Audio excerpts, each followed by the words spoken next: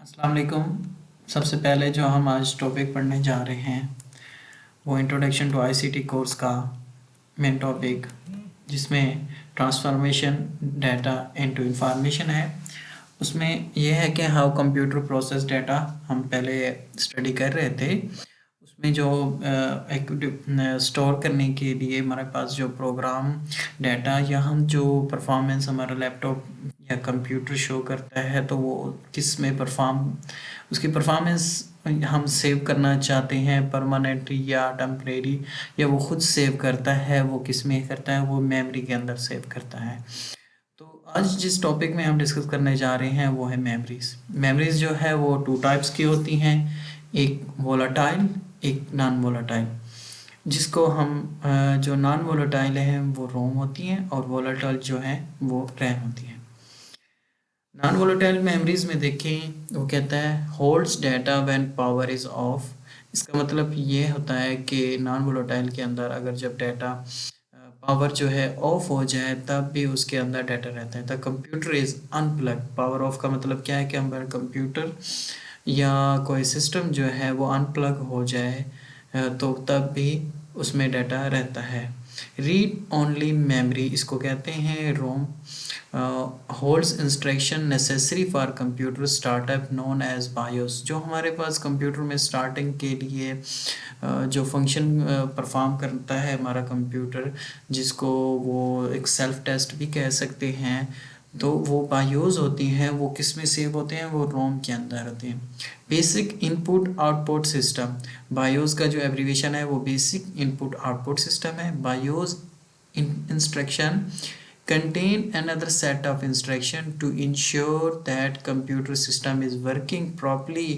अब जब BIOS जो है वो कंप्यूटर इंस्ट्रक्ट करता है जो ऑपरेटिंग सिस्टम हमारा स्टार्ट होने से ही पहले कि हमारा कंप्यूटर जो है वो वर्किंग प्रॉपरली कर रहा है कि यानी has all the expected hardware devices attached.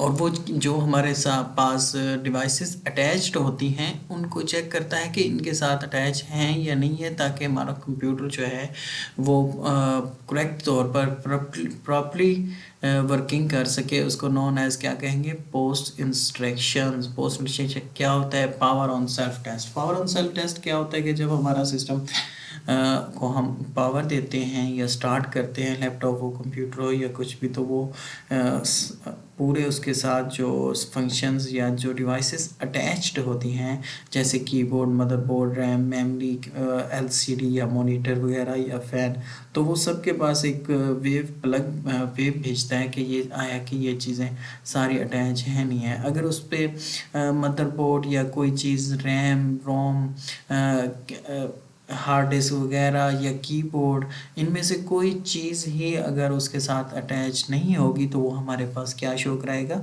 Beam show कराएगा। उसको कहते हैं power on self test. Flash memory क्या होती हैं? हमारे पास जो आजकल छोटी मेमोरीज हैं, जिस तरह हमारे पास यूएसबी वगैरह हैं, उनको फ्लैश मेमोरीज कहते हैं।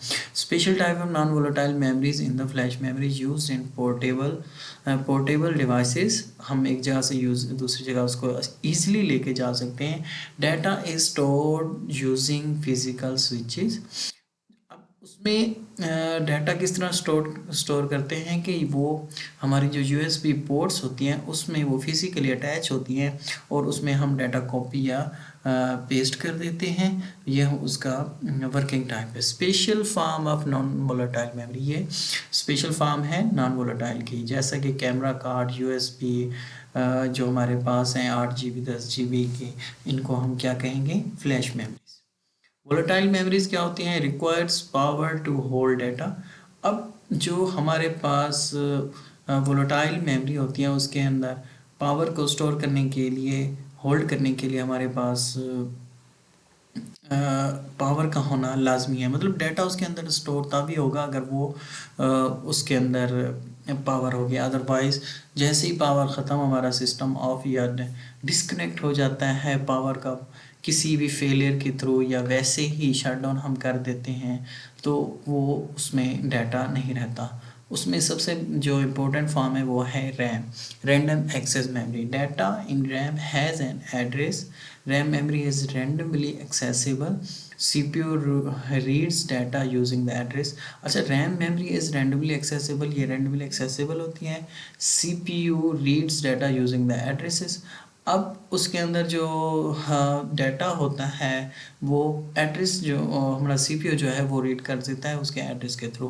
CPU can read any address, ये तो हमें पता है कि CPU हम कोई भी डाटा रीड कर सकते हैं। RAM consist of chips on small circuit board, जो स्मॉल सर्किट बोर्ड किसको कह रहा है, वो मदरबोर्ड को कह रहा है। उसके ऊपर जो है ये रैम लगी होती है, जैसे कि मैंने आपको ऊपर पहले ही शो कराया, ये एक किस्म की रैम है।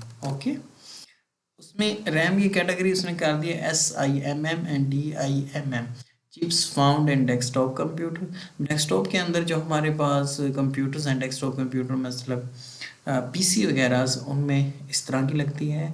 और SIMM क्या होती है, सिंगल इन मेमोरी मॉड्यूल, उनके अंदर जो मॉड्यूल होता है वो सिंगल इन लाइन होता है। और डुअल इन मेमोरी मॉड्यूल उसको क्या कहेंगे, DIM। So DIMM small outline DIMM found in laptop computers. आजकल ये जो इस तरह की हैं ये हमारे पास किस में शो होती हैं हमेशा, स्मॉल DIMM, जिसको DDR1 DDR2 DDR3 कहते हैं।